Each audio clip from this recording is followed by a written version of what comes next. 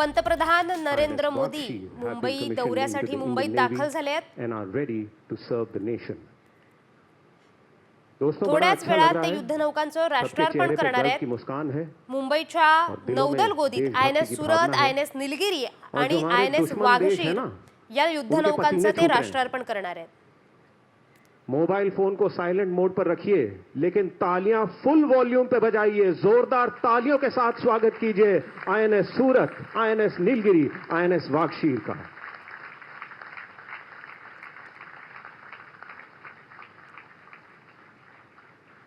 दोस्तों, अब दिल की धड़कन तेज हो चुकी है। ऐसा क्यों? ऐसा इसलिए कि जब हमारे माननीय प्रधानमंत्री जी श्री नरेंद्र मोदी देश के या विश्व के किसी भी कोने में जाते हैं तो लोगों के दिलों की धड़कन तेज हो जाती है। भारत के नौसैनिक आसमान की ऊंचाइयों से लेकर महासागर के खामोश गहराइयों तक तैनात हैं, तैयार हैं। एक विशेष संदेश भारतीय नौसेना के वीर नौसेनों की दिलों की आवाज, एक विशेष संदेश माननीय प्रधानमंत्री श्री नरेंद्र मोदी जी के लिए। जिंदगी हर कदम एक नई जंग है। जिंदगी हर कदम एक नई जंग है। जीत जाएंगे हम, आप अगर संग हैं। जीत जाएंगे हम, आप अगर संग हैं।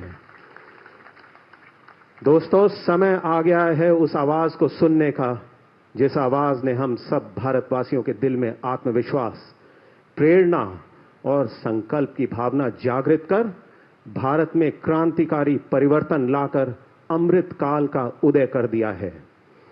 मैं अब विनम्र निवेदन करता हूं माननीय प्रधानमंत्री श्री नरेंद्र मोदी जी से, श्रीमान कृपया सभा को संबोधित करें। देवियों और सज्जनों, जोरदार तालियों के साथ स्वागत कीजिए भारत के प्रधानमंत्री श्री नरेंद्र मोदी।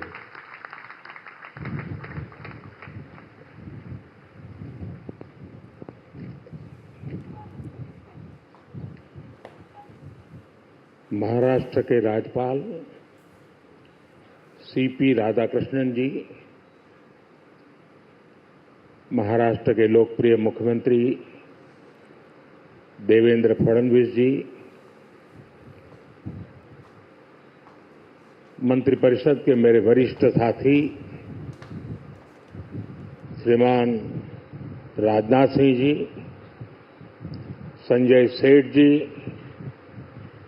महाराष्ट्र के मुख्यमंत्री, उनके साथ आज हमारे दोनों उप मुख्यमंत्री भी हैं, उप मुख्यमंत्री श्रीमान एकनाथ शिंदे जी, Ajit Pawar ji, CDS, CNS, navy के सभी साथी,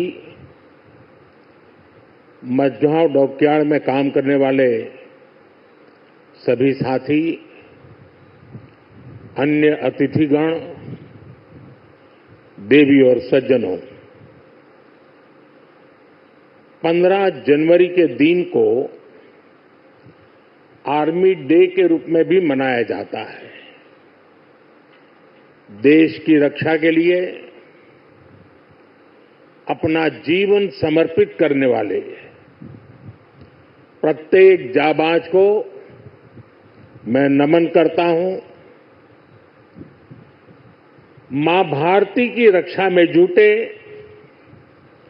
हर वीर वीरांगना को मैं आज के दिन बधाई देता हूं। साथियों, आज भारत की समुद्री विरासत, नेवी के गौरवशाली इतिहास और आत्मनिर्भर भारत अभियान के लिए भी बहुत बड़ा दिन है। छत्रपति शिवाजी महाराज ने भारत में नौसेना को नया सामर्थ्य दिया था, नया विजन दिया था। आज उनकी इस पावन धरती पर 21वीं सदी की नेवी को सशक्त करने की तरफ हम एक बहुत बड़ा कदम उठा रहे हैं। ये पहली बार हो रहा है जब एक डिस्ट्रॉयर, एक फ्रिगेट और एक सबमरीन, तीनों को एक साथ कमीशन किया जा रहा है। और सबसे गर्व की बात कि ये तीनों frontline platforms made in India है। मैं भारतीय नौसेना को, इनके निर्माण कार्य से जुड़े सभी साथियों को, इंजीनियर्स को, श्रमिकों को और पूरे देश को बधाई देता हूं। साथियों, आज का ये कार्यक्रम हमारी गौरवशाली धरोहर को भविष्य की आकांक्षाओं से जोड़ता है। लंबी समुद्री यात्राएं, commerce, naval defence, ship industry, इसमें हमारा एक समृद्ध इतिहास रहा है। अपने इतिहास से प्रेरणा लेते हुए आज का भारत दुनिया की एक मेजर मैरीटाइम पावर बन रहा है। आज जो प्लेटफॉर्म लॉन्च हुए हैं, उनमें भी इसकी झलक है। अब जैसे हमारा नीलगिरी चौल वंश के समुद्री सामर्थ्य के प्रति समर्पित है। सूरत वॉरशिप उस कालखंड की याद दिलाता है जब गुजरात के पोर्ट्स के जरिए भारत वेस्ट एशिया से जुड़ा था। इन दिनों ये दोनों शिप्स, इसके साथ आज बागशीर सबमरीन की कमीशनिंग भी हो रही है। कुछ वर्ष पूर्व मुझे P-75 क्लास की पहली सबमरीन कलवरी की कमीशनिंग में शामिल होने का अवसर मिला था। आज मुझे इस क्लास की 6वीं सबमरीन बागशीर को कमीशन करने का सौभाग्य मिला है। ये नए फ्रंटियर प्लेटफॉर्म भारत की सुरक्षा और प्रगति दोनों को नया सामर्थ्य देंगे।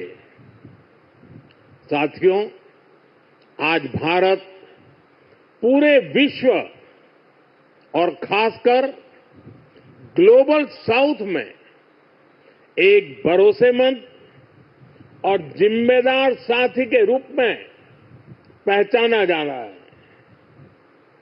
भारत विस्तारवाद नहीं, भारत विकासवाद की भावना से काम करता है।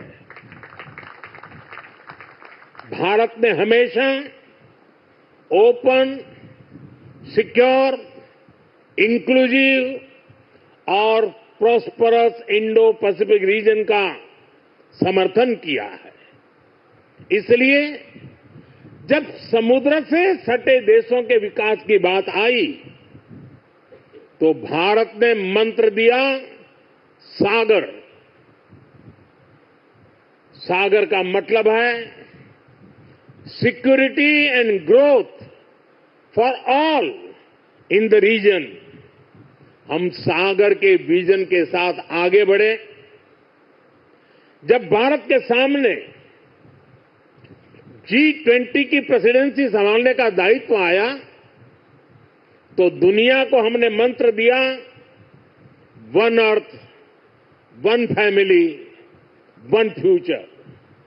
जब दुनिया कोरोना से लड़ते हुए पस्त पड़ रही थी तब भारत ने विजन दिया वन अर्थ, वन हेल्थ। हम पूरे विश्व को अपना परिवार मानकर चलते हैं। हम सबका साथ सबका विकास उस सिद्धांत पर विश्वास करने वाले लोग हैं और इसलिए इस पूरे क्षेत्र की रक्षा सुरक्षा भी भारत अपना दायित्व समझता है। साथियों, ग्लोबल सिक्योरिटी, इकोनॉमिक्स और जियो पॉलिटिकल डायनेमिक्स को दिशा देने में भारत जैसे मैरीटाइम नेशन की भूमिका बहुत बड़ी होने वाली है। आर्थिक प्रगति और एनर्जी सिक्योरिटी के लिए ये जरूरी है कि ट्रेडिशनल वाटर्स को प्रोटेक्ट किया जाए, टेरिटोरियल वाटर्स को प्रोटेक्ट किया जाए, फ्रीडम ऑफ नेविगेशन को इंश्योर किया जाए और ट्रेड की सप्लाई लाइन और सी रूट्स सुरक्षित हो। हमें आतंकवाद, हथियारों और ड्रग्स की तस्करी में इस पूरे क्षेत्र को बचाकर रखना है। इसलिए आज जरूरी है कि समुद्र को सेफ और प्रॉस्परस बनाने में हम ग्लोबल पार्टनर बने। हम लॉजिस्टिक की एफिशिएंसी बढ़ा दें और शिपिंग इंडस्ट्री के लिए काम करें। हम रेयर मिनरल्स, फिश स्टॉक जैसे ओशन रिसोर्सेज का दुरुपयोग रोकने में और इसे मैनेज करने की कैपेसिटी डेवलप करें। हम न्यू शिपिंग रूट्स और सी लेन्स पर अब कम्युनिकेशन को खोजने में इन्वेस्ट करें। मुझे खुशी है कि आज भारत इस दिशा में लगातार कदम उठा रहा है। भारत पूरे इंडियन ओशन रीजन में फर्स्ट रिस्पॉन्डर भी बनकर उभरा है। बीते कुछ महीनों में ही हमारी नौसेना ने सैकड़ों जानें बचाई हैं। हजारों करोड़ रुपए के नेशनल और इंटरनेशनल कार्गो की सुरक्षा की है। इससे दुनिया का भारत पर भरोसा बढ़ा है, आप सबके कारण बढ़ा है और इसलिए मैं आज आप सबका भी अभिनंदन करता हूं। भारतीय नौसेना, कोस्ट गार्ड, उन पर यह लगातार भरोसा बढ़ता जा रहा है। आज आप ही देख रहे हैं, आसियान हो, ऑस्ट्रेलिया हो, गल्फ हो, अफ्रीका के देश हो, सबके साथ आज भारत का आर्थिक सहयोग लगातार मजबूत हो रहा है। संबंधों की इस मजबूती में इंडियन ओशन रीजन में भारत की उपस्थिति, भारत का सामर्थ्य एक बहुत बड़ा आधार है और इसलिए आज का ये आयोजन सैन्य दृष्टि के साथ ही आर्थिक दृष्टि से भी उतना ही अहम है। साथियों, 21वीं सदी के भारत का सैन्य सामर्थ्य भी अधिक सक्षम हो, आधुनिक हो, ये देश की प्राथमिकताओं में से एक है। जल हो, थल हो, नभ हो, डीप सी हो या फिर असीम अंतरिक्ष, हर जगह भारत अपने हितों को सुरक्षित कर रहा है। इसके लिए निरंतर रिफॉर्म्स किए जा रहे हैं। चीफ ऑफ डिफेंस स्टाफ का गठन ऐसा ही एक रिफॉर्म है।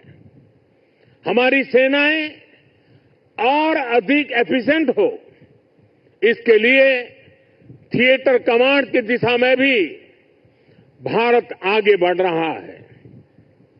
साथियों, पिछले 10 साल में जिस तरह भारत की तीनों सेनाओं ने आत्मनिर्भरता के मंत्र को अपनाया है, वो बहुत ही सराहनीय है।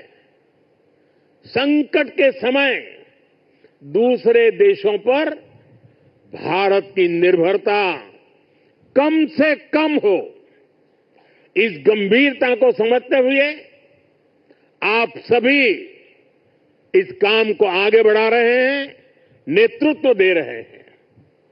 हमारी सेनाओं ने 5,000 से ज्यादा ऐसे साजो सामान और उपकरणों की लिस्ट तैयार की है जो अब वो विदेशों से नहीं मंगाएगी। जब भारत का सैनिक भारत में बने साजो सामान के साथ आगे बढ़ता है तो उसका आत्मविश्वास भी कुछ अलग ही होता है। पिछले 10 साल में कर्नाटका में देश की सबसे बड़ी हेलीकॉप्टर बनाने वाली फैक्ट्री शुरू हुई है। सेनाओं के लिए ट्रांसपोर्ट एयरक्राफ्ट बनाने वाली फैक्ट्री शुरू हुई है। तेजस फाइटर प्लेन के भारत की साख को आसमान की नई ऊंचाई पर पहुंचाया है। यूपी और तमिलनाडु में बन रहे डिफेंस कॉरिडोर्स डिफेंस प्रोडक्शन को और गति देने वाले हैं। और मुझे खुशी है कि हमारी नेवी ने भी मेक इन इंडिया अभियान का बहुत अधिक विस्तार किया है। इसमें मझगांव डॉकयार्ड के आप सभी साथियों की भी बहुत बड़ी भूमिका है। पिछले 10 साल में नेवी में 33 शिप्स और 7 सबमरीन्स को शामिल किया गया है। इन 40 नेवल वेसल्स में से 39 भारतीय शिपयार्ड में ही बने हैं।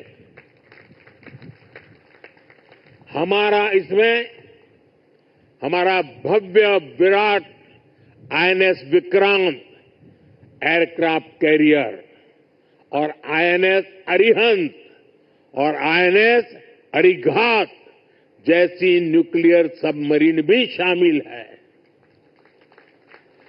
मेक इन इंडिया उसको ऐसी गति देने के लिए मैं देश की तीनों सेनाओं को हृदय से बहुत बहुत बधाई देता हूं।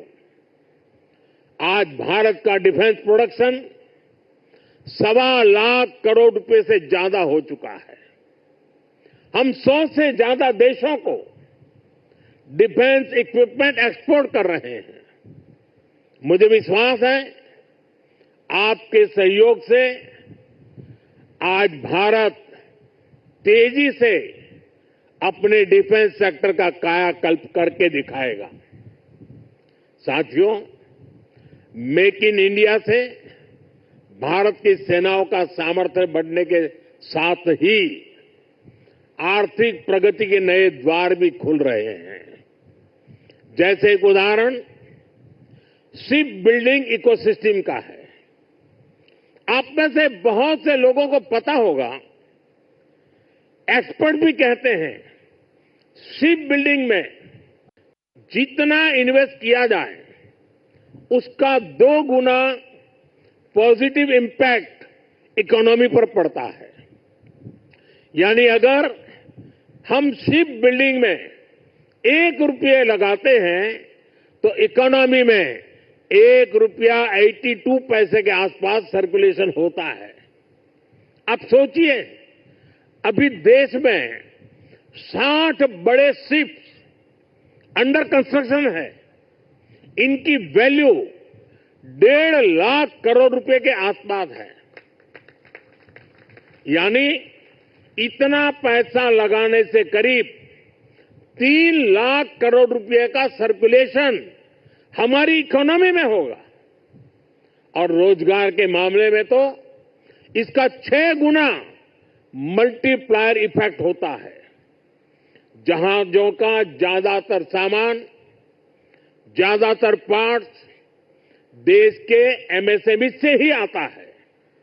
इसलिए अगर 2000 वर्कर एक जहाज बनाने के काम में लगते हैं तो दूसरी इंडस्ट्री में जो एमएसएमई सप्लायर है उस एमएसएमई सेक्टर में करीब 12,000 रोजगार बनते हैं।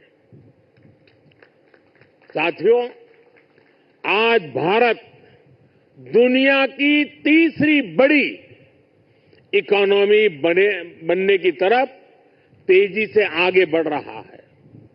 हमारी मैन्युफैक्चरिंग, हमारी एक्सपोर्टिंग कैपेसिटी भी लगातार बढ़ रही है। आने वाले सालों में सैकड़ों नए शिप्स की, नए कंटेनर्स की जरूरत भारत को होगी। इसलिए पोर्ट लेड डेवलपमेंट का मॉडल हमारी इकोनॉमी को गति देने वाला है, रोजगार के हजारों नए मौके बनाने वाला है। साथियों, इस क्षेत्र में कैसे रोजगार बढ़ रहा है, इसका एक उदाहरण सी फेरर्स की संख्या भी है। 2014 में भारत में सी फेरर्स की संख्या 1.25 लाख से भी कम थी। आज ये 2 गुने से भी अधिक बढ़कर लगभग 3 लाख तक पहुंच चुकी है। आज भारत सी फेरर्स की संख्या में विश्व में टॉप 5 में आ गया है। साथियों, हमारी सरकार का तीसरा कार्यकाल अनेक बड़े निर्णयों के साथ शुरू हुआ है। तेज गति से हमने नई नीतियां बनाई हैं, देश की जरूरतों को देखते हुए नए कार्य शुरू किए हैं। देश के हर कोने, हर सेक्टर का विकास हो, इस लक्ष्य के साथ हम चल रहे हैं। पोर्ट सेक्टर का विस्तार भी इसका ही हिस्सा है। हमारे तीसरे टर्म के पहले बड़े फैसलों में से था महाराष्ट्र के वाढवण पोर्ट को मंजूरी। 75,000 करोड़ रुपए के खर्च से इस आधुनिक पोर्ट के निर्माण का काम शुरू भी हो चुका है। इससे भी महाराष्ट्र में रोजगार के हजारों नए अवसर बनने वाले हैं। साथियों, बहुत लंबे समय तक बॉर्डर और कोस्टलाइन से जुड़े कनेक्टिविटी इंफ्रास्ट्रक्चर पर उतना ध्यान नहीं दिया गया। बीते 10 सालों में इसके लिए भी अभूतपूर्व काम हुआ है। 2 दिन पहले ही मुझे जम्मू कश्मीर में सोनमर्ग टनल का लोकार्पण करने का अवसर मिला है। इससे करगिल, लद्दाख जैसे हमारे सीमावर्ती इलाकों तक पहुंचना, उसमें बहुत आसानी होगी।